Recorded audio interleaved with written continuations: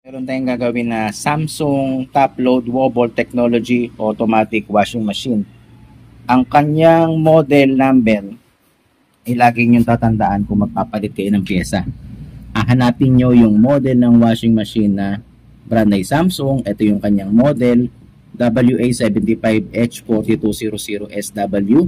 Yan ang kailangan nyo malaman kung magpapalit kayo ng pyesa o maghanap kayo ng pyesa sa aftermarket sales, o pwede rin kayo umorder sa online tulad ng Lazada o Shopee, at pwede rin sa TikTok.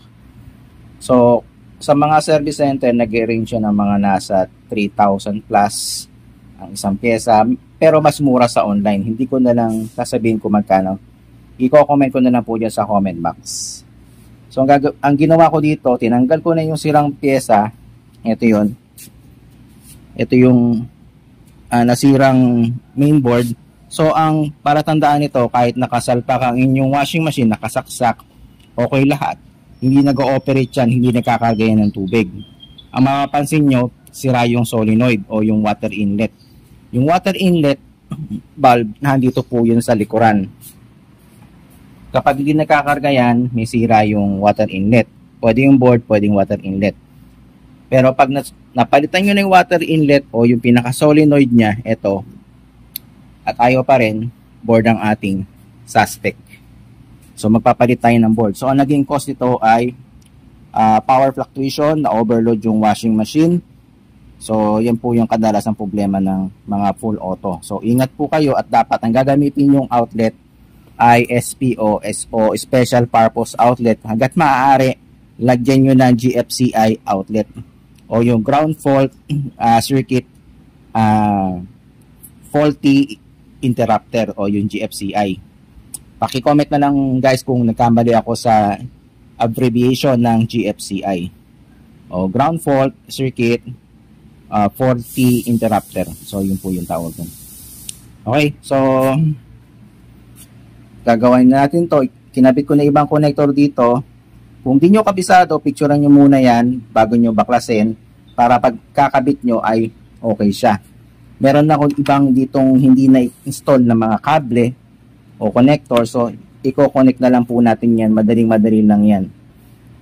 So, kung sabaga chicken lang po yan sa inyo, yan. So, kinabit ko na yon. At ito namang ilalim, i-attach natin itong pinaka-bezel niya o yung kanyang bezel function. Guys, puputulin ko muna kasi ako lang nag-video dito. Busy si si partner ko. Yan siyang ginagawa. So itatakip nyo lang dito yan para yung kanyang function, yung mga button dito naka-identicate o naka-inline sa mga buttons niya. Sensyahan nyo muna at medyo ako ay hirap mag-handle ng camera. Hindi nyo muna makita yung aking face kasi ako ay muna.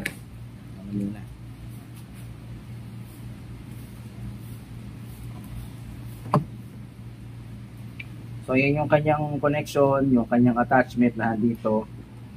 So sasalpak lang natin yan dito sa ating washing. Sana tama. Kung nagkamali, mali ako.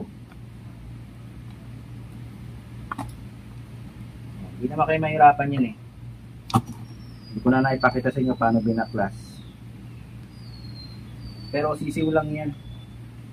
Saka meron naman din ibang tutorial sa sa YouTube o sa mga SOCMED, social media. Pwede nyo rin nung pagbasihan. So ikabit na natin yung mga screws.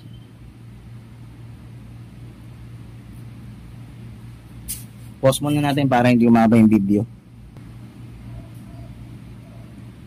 Nagbabagal yung video natin. Siguro puno na yung memory ng aking cellphone. Okay, so naikabit na natin yung ating board at yung kanyang connections. So ganito po yung kanyang itsura. Guys, ikabit na natin yung board. So ipi-flip over na natin siya. At tayo ay magte-testing kung ito ay gagana o hindi. At kung mali ang inyong kabit, sasabog lang naman yan. Joke lang po yun eh. So huwag nyo kakalimutan ilagay yung mga screw plugs niya para hindi yan pasukan ng tubig. o yung pinaka rubber silicone yan, mga screw plug. Yan, so okay na. I-connect na natin yung water source at saka yung kanyang drain para matesting na natin. So ito yung tinatawag natin na solenoid, yan po. So pag binuksan nyo yan, tatanggalin nyo lang yung pinaka top cover dito, pero meron yung dalawang screw dito sa magkabila. So nandito po yung nakakonect.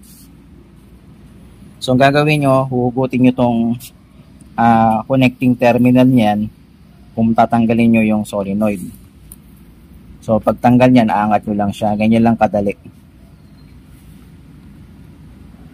Tapos atakin nyo. Yan, atakin nyo. Yung silicone gasket nito, dapat intact dito pagbabalik nyo. So sa pagbalik, ganun lang din po. So isalpak nyo dito sa pinakabutas. Yan, kita ba? Yan. Yan, salpak nyo lang. I-push down nyo. Tapos naka-align dito sa pinakagilid. Yan. So, ganun lang yan po kadali. Tapos isalpak nyo yung connector. Yan yung connector. Dito lang. Wala naman yung polarity yan. Parehas naman kasing AC ang AC source. So, kapit nyo ngayon yung cover. Tapos screw nyo na. Ganun lang po kadali. Hindi po kayo mahihirapan magbaklas o mag-trouble. Yung solenoid, usually mga nasa 800 less. Mura na po yun sa halagang 600, 650. Yung board niyan, sa mga Samsung Service Center, nagkakalagay ng 3,000. 3,000 mahigit. O mga nasa 3,000. Pero sa online, mas mura nyo lang mabibili yun.